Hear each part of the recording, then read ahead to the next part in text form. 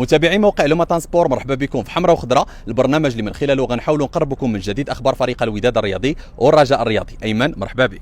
مرحبا بك سفيان. مشاهدينا الافاضل، اليوم كانت ندوه صحفيه تاع مدرب فريق الرجاء الرياضي زين باور اللي اكد فيها على ان البطوله العربيه هي افضل فرصه للاعداد للموسم المقبل. وانا الزنيتي اللي كان معاه في ندوه صحفيه اكد على الجوده ديال لاعبين فريق الرجاء الرياضي اللي كتخول لهم الذهاب بعيدا بهذه المسابقه. نمشيو للتدريب. اجواء التدريب كانت رائعه جدا بين اللاعبين الجدد واللاعبين ايضا اللي رجعوا من الاعاره. وبعد نهايه الحصه التدريبيه خدينا تصريح من عند اللاعب مكعازي اللي اكد لنا وخطوه للموسم فهم كلاعبين هذا هو العمل تاعهم وهذا هو الدور تاعهم وغيتقاتلوا من اجل الدفاع عن لقبهم. نخليكم مع سفيان وجديد الوداد. اكيد مباراه مهمه كتنتظر فريق الوداد الرياضي غدا امام السد القطري. عادل رمزي تكلم على قوه المواجهه امام السد القطري وتكلم على الهويه اللي كيحاول يرسخها في عقليه اللاعبين سواء من طريقه التفكير او طريقه اللعب. بالنسبه للتدريب مرات في اجواء اكثر من رائعه سواء بالنسبه للاعبين القدماء ولا اللاعبين اللي الجدد اللي يعني قام الفريق بانتدابهم.